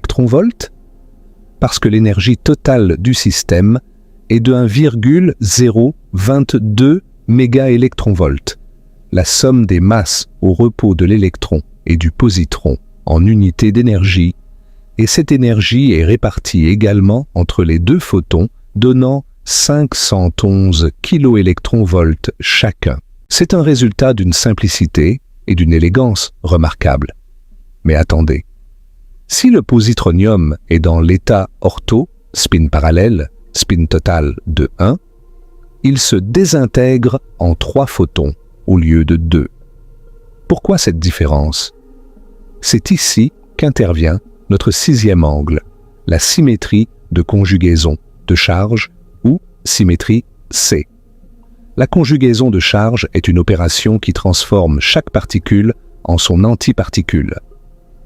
Un photon, étant sa propre antiparticule, est un état propre de la conjugaison de charge. La valeur propre d'un système de n photons sous conjugaison de charge est moins 1 puissance n, le parapositronium, avec un spin total de 0 à un nombre quantique C de plus 1. Il doit donc se désintégrer en un nombre pair de photons, car seul un nombre pair de photons à C égale plus 1. Le plus probable est 2 photons. L'orthopositronium, avec un spin total de 1, a un nombre quantique C de moins 1. Il doit se désintégrer en un nombre impair de photons, car seul un nombre impair de photons à C égale moins 1. Le minimum est 3 photons. C'est pourquoi l'orthopositronium vit plus longtemps que le parapositronium. La désintégration en 3 photons est un processus d'ordre supérieur, supprimé par un facteur supplémentaire de la constante de structure fine alpha, ce qui rend le processus beaucoup moins probable et donc plus lent. C'est la symétrie de conjugaison de charge, une symétrie fondamentale de l'électrodynamique quantique qui dicte le nombre de photons produits dans l'annihilation. La nature suit ses propres règles avec une précision et une rigueur absolue. Notre 7e et dernier angle sur le processus d'annihilation est la perspective thermodynamique. L'annihilation matière-antimatière augmente l'entropie de l'univers. L'entropie, dans le contexte de la physique statistique, est une mesure du désordre ou, plus précisément, du nombre de micro-états compatibles avec un macro-état donné, un électron et un positron localisés dans une petite région de l'espace représentent un état relativement ordonné, avec peu de micro-états possibles. Deux rayons gamma se propageant dans des directions opposées à la vitesse de la lumière, s'éloignant l'un de l'autre de manière irréversible, représentent un état beaucoup plus désordonné, avec un nombre considérablement plus grand de micro-états. L'annihilation augmente l'entropie, et c'est pourquoi elle est thermodynamiquement favorable. C'est un processus irréversible dans la pratique, même si en principe, le processus inverse, la production de paires, est possible dans les bonnes conditions. Pour résumer ces 7 angles en une seule phrase, l'annihilation matière-antimatière se produit parce que les lois de conservation le permettent, parce que la théorie quantique des champs le rend naturel quand une excitation rencontre son anti-excitation, parce que les diagrammes de Feynman le décrivent comme un simple vertex d'interaction électromagnétique, parce que E égale mc au carré garantit que la masse peut se convertir en énergie, parce que la conservation de l'impulsion exige au moins 2 photons, parce que la symétrie de conjugaison de charge détermine le nombre exact de photons, et parce que la thermodynamique favorise le résultat final de haute entropie.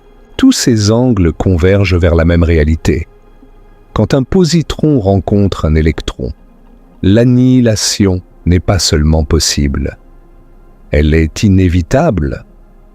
Nous sommes maintenant profondément immergés dans la physique de l'annihilation, et j'espère que votre esprit est aussi fasciné que le mien. Si c'est le cas, prenez un moment pour laisser un commentaire et me dire quel angle d'explication a le plus résonné avec vous. Était-ce les lois de conservation, la perspective de la théorie quantique des champs, les diagrammes de Feynman, la beauté brute de E égale mc carré? J'adorerais lire vos pensées.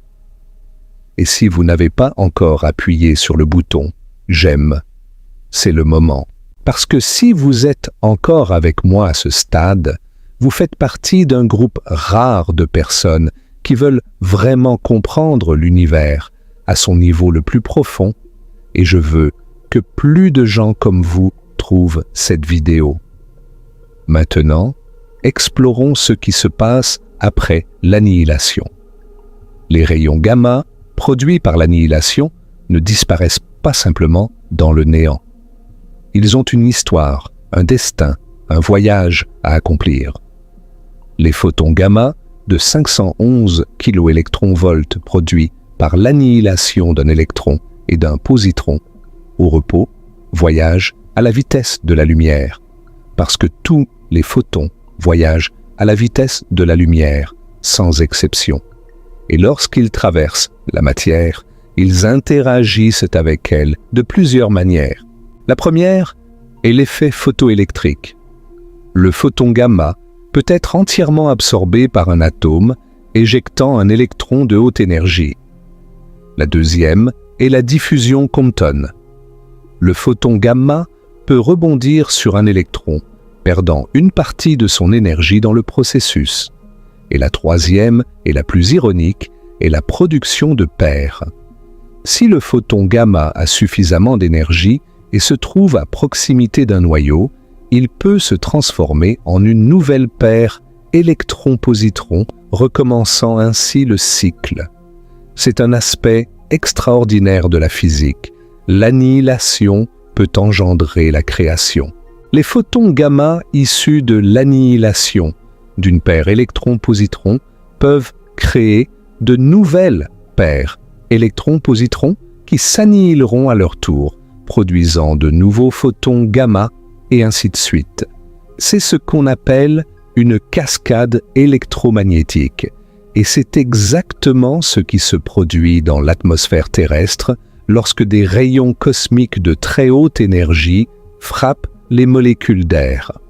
L'énergie rebondit entre les formes matière et rayonnement, se divisant et se multipliant en une avalanche de particules et de photons. L'environnement dans lequel l'annihilation se produit détermine le destin des rayons gamma. Dans le vide de l'espace, les photons gamma voyagent indéfiniment, traversant des distances cosmiques sans être absorbés, emportant avec eux le témoignage de l'annihilation qui les a créés.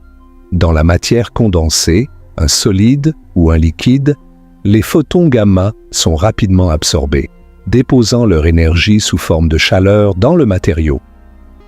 Dans un champ magnétique intense, les trajectoires des positrons sont courbées avant qu'ils ne trouvent un électron avec lequel s'annihiler.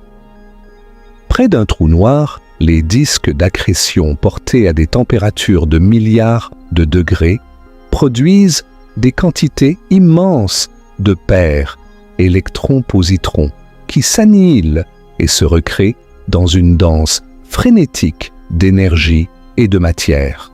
Et voici une pensée vertigineuse.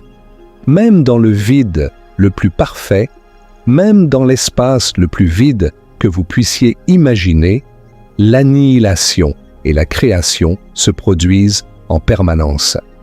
Le vide quantique, l'état de plus basse énergie de la théorie quantique des champs, n'est pas véritablement vide. Il bouillonne d'activité quantique, des paires virtuelles de particules et d'antiparticules, y compris des paires électrons-positrons, apparaissent et disparaissent constamment, empruntant brièvement de l'énergie au vide en vertu du principe d'incertitude d'Heisenberg, puis la rendant en s'annihilant. Ces fluctuations du vide ne sont pas de la spéculation théorique. Elles ont des conséquences physiques mesurables. L'effet Casimir, une force attractive mesurable entre deux plaques métalliques parallèles, très proches dans le vide, est causé par les fluctuations du vide. Le décalage de Lamb, un léger déplacement des niveaux d'énergie de l'atome d'hydrogène par rapport aux prédictions de l'équation de Dirac, est causé par la polarisation du vide par les paires virtuelles électrons-positrons. Le moment magnétique anormal de l'électron, mesuré avec une précision de plus de 10 chiffres significatifs et en accord parfait avec les prédictions de l'électrodynamique quantique, inclut les contributions des paires virtuelles. Le vide n'est pas vide, il est plein d'antimatière virtuelle. L'annihilation des positrons avec les électrons est également un messager cosmique d'une importance immense pour l'astrophysique. La raie spectrale à 511 kV est une signature unique et sans ambiguïté de l'annihilation positron-électron. Chaque fois que les astronomes détectent cette raie dans le spectre gamma d'un objet céleste, ils savent que des positrons sont en train de s'annihiler là-bas.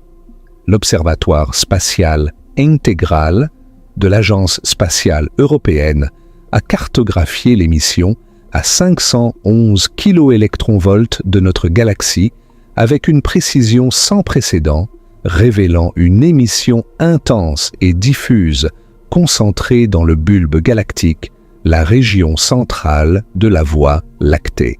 L'origine de ces positrons reste un sujet de recherche actif et de débat passionné.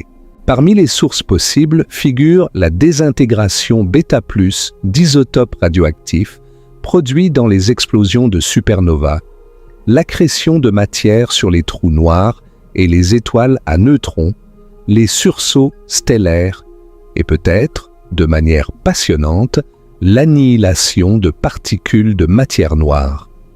Le télescope spatial Fermi, lancé en 2008, détecte des rayons gamma provenant de toute une variété de sources astrophysiques et a contribué de manière significative à notre compréhension de la distribution et de l'origine des positrons cosmiques. Parlons maintenant des applications pratiques de l'annihilation des positrons dans le monde réel, et commençons par l'application la plus importante et la plus répandue, la tomographie par émission de positrons, ou TEP, connu internationalement sous son acronyme anglais P ou T. Le scanner TEP est un outil de diagnostic médical d'une puissance et d'une ingéniosité remarquables, et il fonctionne précisément grâce au processus d'annihilation que nous avons étudié. Le principe est le suivant. On injecte au patient un traceur radioactif, c'est-à-dire une molécule biologiquement active dans laquelle un atome stable a été remplacé par un isotope radioactif émetteur de positrons. Le traceur le plus couramment utilisé est le fluorodésoxyglucose marqué au fluor 18 ou FDG. Le FDG est une molécule de glucose dans laquelle un groupe hydroxyle a été remplacé par un atome de fluor 18. Le glucose est la source d'énergie primaire de la plupart des cellules du corps, et les cellules métaboliquement actives absorbent le glucose plus rapidement que les cellules moins actives.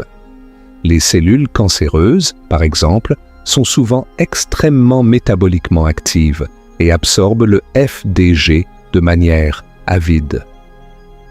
Le fluor 18 a une demi-vie d'environ 110 minutes, suffisamment longue pour permettre la synthèse du traceur, son injection et la réalisation de l'examen, mais suffisamment courte pour que la dose de radiation au patient reste faible. Une fois injecté dans le sang du patient, le FDG circule dans le corps et s'accumule dans les régions métaboliquement actives. Le fluor 18 subit une désintégration β+, émettant un positron et un neutrino électronique. Le positron ainsi émis parcourt une distance très courte dans les tissus, typiquement moins d'1 millimètre, perdant progressivement son énergie cinétique par interaction avec le milieu. Quand il est suffisamment ralenti, il rencontre un électron du tissu environnant et s'annihile avec lui, produisant 2 rayons gamma de 511 kV émis dans des directions presque exactement opposées. C'est cette paire de photons gamma que le scanner TEP détecte. Le scanner TEP est constitué d'un anneau de détecteur de rayons gamma entourant le patient. Quand 2 détecteurs situés de part et d'autre de l'anneau enregistrent un photon gamma de 511 kV dans un intervalle de temps très court, de l'ordre de quelques nanosecondes, l'électronique du scanner reconnaît cette détection simultanée comme une coïncidence correspondant à une annihilation qui s'est produite quelque part sur la ligne reliant les 2 détecteurs. En accumulant des millions de ces événements de coïncidence au cours de l'examen, un algorithme informatique peut reconstruire une image tridimensionnelle de la distribution du traceur dans le corps du patient. Les régions où le traceur s'est concentré apparaissent comme des points brillants sur l'image, révélant les tumeurs, les métastases, les régions du cerveau actives ou les zones du cœur qui reçoivent un flux sanguin insuffisant. Chaque fois qu'un patient passe un scanner TEP, de l'antimatière est créée et annihilée à l'intérieur de son corps. Des milliards de positrons naissent de la désintégration du fluor 18, parcourent une infime distance dans les tissus, rencontrent des électrons et s'annihilent en produisant des paires de photons gamma qui traversent le corps et sont détectés par les capteurs. C'est de la physique des particules en action dans votre hôpital local.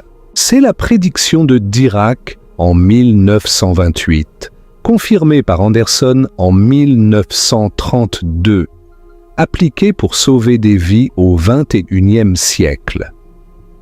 Et chaque fois que vous voyez les 3 lettres P, E, T sur la porte d'un cabinet médical, rappelez-vous, le P signifie positron. Antimatière.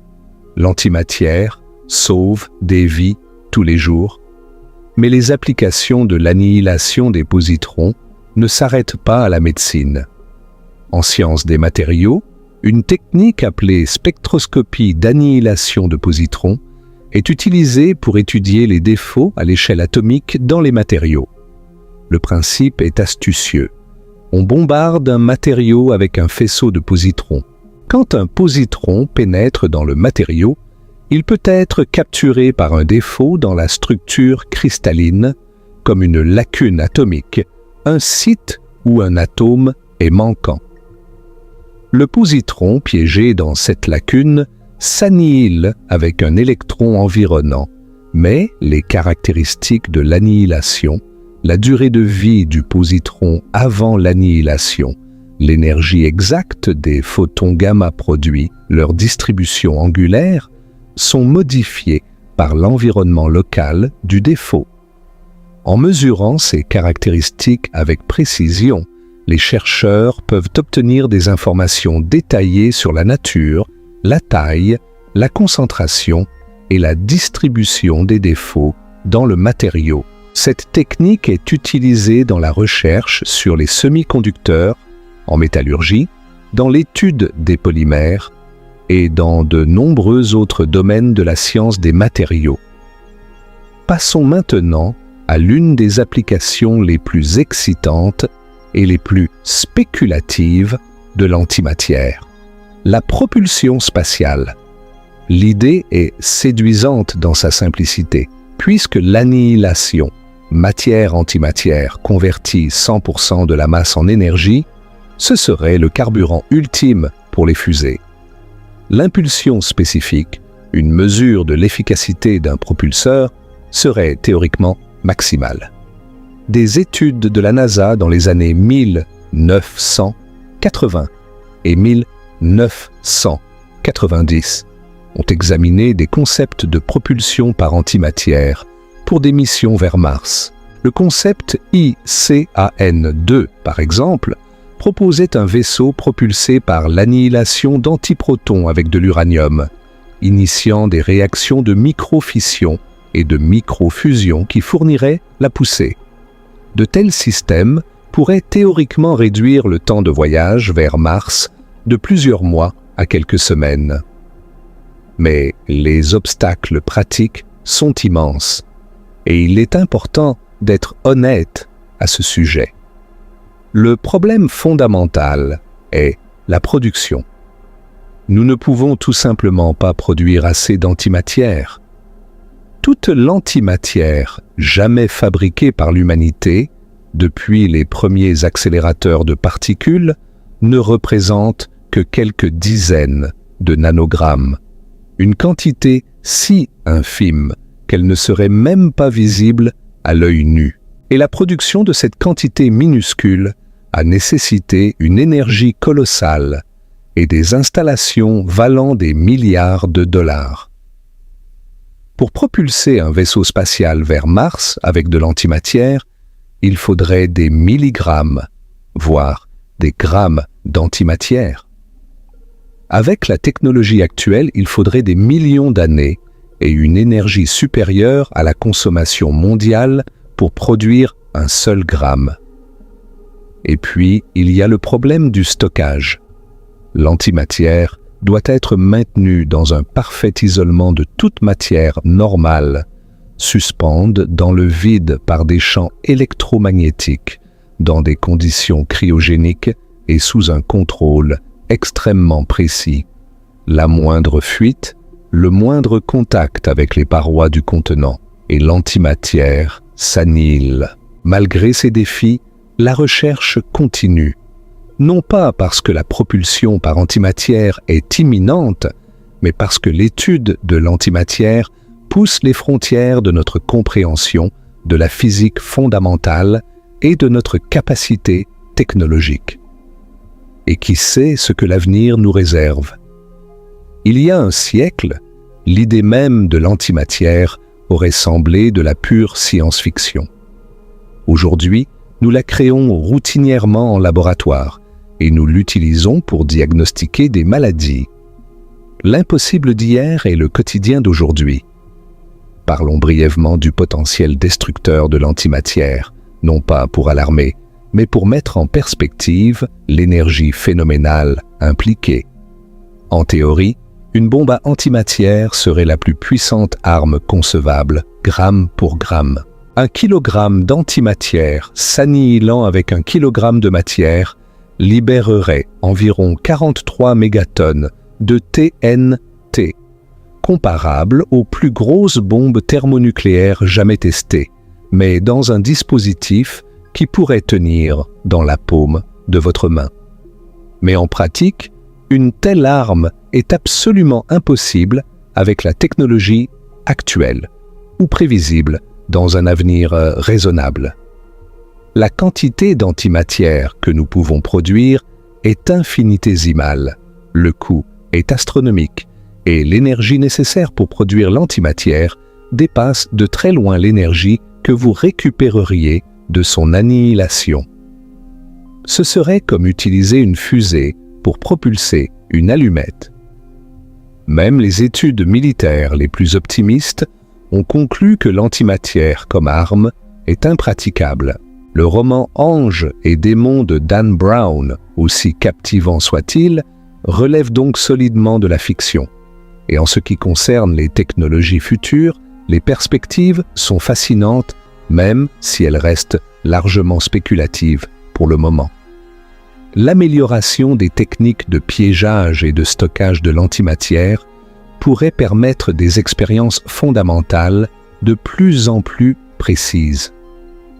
Le développement de positrons de basse énergie et de faisceaux de positrons contrôlés ouvre de nouvelles possibilités en physique des surfaces et en sciences des matériaux. Des concepts avancés de thérapie anticancéreuse utilisant des faisceaux de positrons ou d'antiprotons sont à l'étude. Et la compréhension fondamentale que nous gagnons de l'étude de l'antimatière pourrait un jour mener à des technologies que nous ne pouvons même pas imaginer aujourd'hui, de la même manière que Dirac, en écrivant son équation en 1928, ne pouvait pas imaginer les scanners TEP. Nous allons maintenant prendre du recul et contempler l'antimatière dans sa perspective la plus vaste, la plus grandiose, la plus vertigineuse, la perspective cosmique. Et pour cela, nous devons remonter au commencement de tout, au Big Bang. Il y a environ 13,8 milliards d'années, l'univers est né. Pas dans une explosion qui s'est produite à un endroit particulier de l'espace, mais dans une explosion qui a créé l'espace et le temps eux-mêmes. Au tout premier instant, la température et la densité étaient inimaginablement élevées, si élevées que nos théories physiques actuelles ne peuvent pas les décrire avec certitude. Mais à mesure que l'univers s'est étendu et refroidi, nous pouvons tracer son évolution avec une confiance croissante. Dans les premières fractions de seconde, la température était si élevée que l'énergie des photons dépassait largement le seuil de production de paires pour toutes les particules connues. L'univers était rempli d'une soupe extrêmement dense et chaude, de particules, d'antiparticules et de photons en équilibre thermique.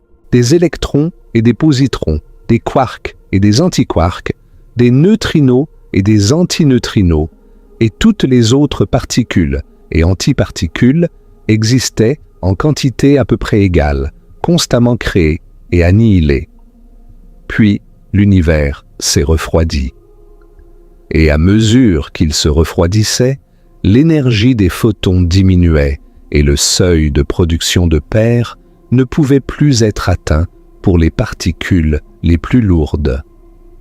Les paires de particules-antiparticules se sont annihilées sans être remplacées. D'abord les quarks top et anti-top, puis les quarks bottom et anti-bottom, et ainsi de suite en descendant en masse. Finalement, quand la température est tombée en dessous d'environ 10 milliards de Kelvin, environ 1 seconde après le Big Bang, les photons n'avaient plus assez d'énergie pour produire des paires électrons-positrons. Les électrons et les positrons encore présents se sont annihilés mutuellement dans ce que les cosmologistes appellent parfois la grande annihilation. Et voici le point crucial: si la symétrie entre matière et antimatière avait été parfaite, si exactement autant de particules de matière que d'antimatière avaient existé, elles se seraient toutes annihilées, sans exception. L'univers ne contiendrait aujourd'hui que du rayonnement, des photons et des neutrinos. Pas de protons, pas de neutrons, pas d'atomes, pas de molécules, pas d'étoiles, pas de planètes, pas de vie, rien. Mais quelque chose a brisé cette symétrie. Quelque chose, dans les premiers instants de l'univers, a créé un léger excès de matière par rapport à l'antimatière. Un excès si infime qu'il défie l'imagination. Pour chaque milliard de paires, particules-antiparticules, qui se sont annihilées, il y avait un surplus d'une seule particule de matière. 1 milliardième. C'est ce surplus, ce résidu minuscule de la grande annihilation, qui constitue toute la matière de l'univers observable. Chaque proton dans votre corps, chaque neutron dans chaque étoile, chaque atome dans chaque galaxie est un survivant de cette annihilation primordiale. Vous êtes le 1 sur 1 milliard qui a survécu. Laissez cela pénétrer dans votre conscience. Chaque particule de votre être est un rescapé de la plus grande bataille de l'histoire cosmique. Le problème de l'asymétrie matière-antimatière, aussi appelée baryogénèse, est l'un des grands mystères non résolus de la physique contemporaine. En 1967, le physicien soviétique Andreï Sakharov a identifié 3 conditions nécessaires pour qu'un univers initialement symétrique entre matière et antimatière développe un excès de matière. La première condition est la violation du nombre baryonique. Il doit exister des processus qui ne conservent pas le nombre total de baryons, protons et neutrons, moins le nombre d'antibaryons. La deuxième condition est la violation des symétries C et CP. C est la symétrie de conjugaison de charge et CP est la symétrie combinée de conjugaison de charge et de parité. Réflexion spatiale. Si C et CP étaient des symétries exactes, les processus qui créent un excès de matière seraient exactement compensés par des processus qui créent un excès d'antimatière.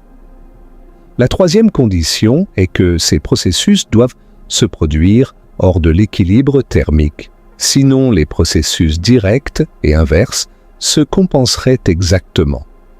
La violation de CP est un phénomène réel qui a été observé expérimentalement. Elle a été découverte pour la première fois en 1964 par James Cronin et Val Fitch dans le système des kaons neutres, une découverte qui leur a valu le prix Nobel de physique en 1980. Depuis lors, la violation de CP a été observée dans d'autres systèmes, les mésons B, les mésons BS, et plus récemment les mésons T contenant des quarks charmes. Le modèle standard de la physique des particules inclut la violation de CP à travers la matrice CKM qui décrit le mélange des quarks. Mais voici le problème. La quantité de violation de CP prédite par le modèle standard est beaucoup trop faible pour expliquer l'asymétrie matière-antimatière observée dans l'univers. Le modèle standard prédit un excès de matière qui est environ 1 milliard de fois plus petit que ce qui est observé. Il doit donc exister des sources supplémentaires de violation de CP au-delà de ce que le modèle standard décrit. Trouver ces sources est l'une des quêtes majeures de la physique des particules expérimentales. L'expérience LHCb au Grand Collisionneur de Hadron du CERN est spécifiquement conçue pour étudier la violation de CP dans les systèmes de maison B et de maison Charme avec une précision sans précédent. Les expériences sur les neutrinos, comme T2K au Japon et NOVA aux États-Unis, recherchent la violation de CP dans le secteur des neutrinos, ce qui pourrait être lié au mystère de la baryogenèse par un mécanisme appelé leptogenèse. Selon cette hypothèse, un excès de leptons, comme les neutrinos, par rapport aux antileptons, aurait été généré dans l'univers primordial par la violation de CP dans le secteur des neutrinos, et cet excès leptonique aurait ensuite été partiellement converti en excès baryonique par des processus appelés sphalerons qui violent simultanément les nombres baryoniques et leptoniques. C'est une hypothèse élégante, mais qui nécessite des confirmations expérimentales. Pourrait-il exister des régions entières de l'univers faites d'antimatière? C'est une question légitime et fascinante. Après tout, si une anti-étoile faite d'anti-hydrogène et d'anti-hélium brûlait dans le ciel, elle émettrait exactement le même spectre de lumière qu'une étoile normale. Nous ne pourrions pas la distinguer d'une étoile de matière simplement en la regardant. Mais il y a un indice révélateur que nous pouvons chercher. Les zones de frontières. Si une région de matière et une région d'antimatière se touchaient, l'annihilation à la frontière produirait une émission intense et caractéristique de rayons gamma. Nous observerions un mur de feu d'annihilation le long de la frontière. Or, nous ne voyons rien de tel. Les observations du rayonnement gamma cosmique ne montrent aucune signature d'annihilation à grande échelle entre des régions de matière et d'antimatière. De plus, le fond diffus cosmologique, le rayonnement fossile du Big Bang, est remarquablement uniforme et ne montre aucune signature des perturbations que de telles frontières auraient créées dans l'univers primordial. La conclusion, étayée par de multiples lignes d'évidence, est que l'univers observable est presque entièrement constitué de matière. L'antimatière, à l'échelle cosmique, a perdu la bataille. Un mystère astrophysique fascinant est lié aux positrons dans les rayons cosmiques. Les rayons cosmiques sont des particules de haute énergie, principalement des protons, qui bombardent la Terre depuis l'espace. Quand ces protons interagissent avec le gaz interstellaire, ils produisent des particules secondaires, y compris des positrons, et, jusqu'à récemment, on pensait que ces positrons secondaires constituaient l'essentiel des positrons dans les rayons cosmiques. Mais l'expérience AMS-02, le spectromètre magnétique alpha, installé sur la Station spatiale internationale depuis 2011, a détecté un excès de positrons à haute énergie par rapport à ce que les modèles de production secondaire prédisent. Cet excès de positrons est l'un des résultats les plus intrigants de la physique des astroparticules de la dernière décennie. Il a suscité un enthousiasme considérable parce qu'il pourrait être un signe de l'annihilation de particules de matière noire. Certains modèles de matière noire prédisent que les particules de matière noire peuvent s'annihiler entre elles, produisant des paires particules-antiparticules, y compris des paires électrons-positrons, qui contribueraient à l'excès observé. Cependant, des explications astrophysiques plus conventionnelles existent également. Des pulsars proches comme Geminga et PSRB 0656 plus 14 pourraient accélérer des électrons et des positrons à de hautes énergies et les injecter dans le milieu interstellaire. Déterminer si l'excès de positrons est dû à la matière noire ou à des pulsars est un domaine de recherche très actif, et la réponse pourrait avoir des implications profondes pour notre compréhension de la nature de la matière noire, l'une des plus grandes énigmes de la cosmologie moderne. L'antimatière joue également un rôle important dans l'environnement des trous noirs. Ces objets astrophysiques, si massifs et si denses que même la lumière ne peut s'en échapper. Quand de la matière tombe vers un trou noir, elle forme un disque d'accrétion, une structure en forme de disque tourbillonnant autour du trou noir. Dans ce disque, la matière est chauffée par friction et compression à des températures extraordinaires, pouvant atteindre des milliards de degrés. À ces températures, les photons ont largement assez d'énergie pour créer des paires électrons-positrons par production de paires. Le plasma autour du trou noir est donc un mélange de protons, d'électrons, de positrons et de photons dans un état d'agitation extrême. Les jets relativistes, ces faisceaux de matière éjectés à des vitesses proches de celles de la lumière perpendiculairement au disque d'accrétion, contiennent probablement une proportion significative de positrons. L'annihilation et la création de paires dans ces environnements extrêmes contribuent à la luminosité des noyaux actifs, de galaxies et des quasars qui sont parmi les objets les plus lumineux de l'univers.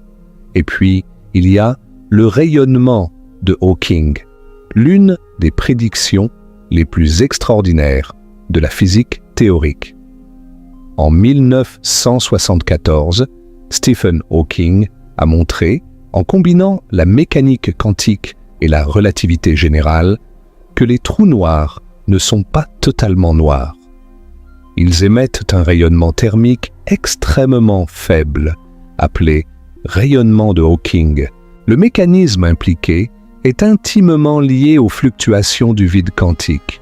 Près de l'horizon des événements du trou noir, la frontière au-delà de laquelle rien ne peut s'échapper, des paires virtuelles de particules-antiparticules sont constamment créées par les fluctuations du vide. Normalement, ces paires s'annihilent rapidement. Mais près de l'horizon, il est possible que l'une des particules de la paire tombe dans le trou noir, tandis que l'autre s'échappe vers l'infini. La particule qui s'échappe emporte de l'énergie, et le trou noir perd une quantité correspondante de masse.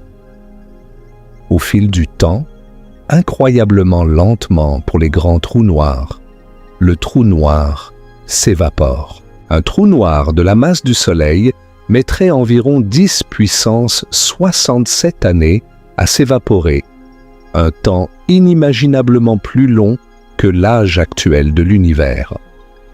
Mais pour des trous noirs primordiaux, de masse beaucoup plus petite, s'ils existent, l'évaporation pourrait être significative, et les derniers instants de l'évaporation seraient un feu d'artifice de particules et d'antiparticules.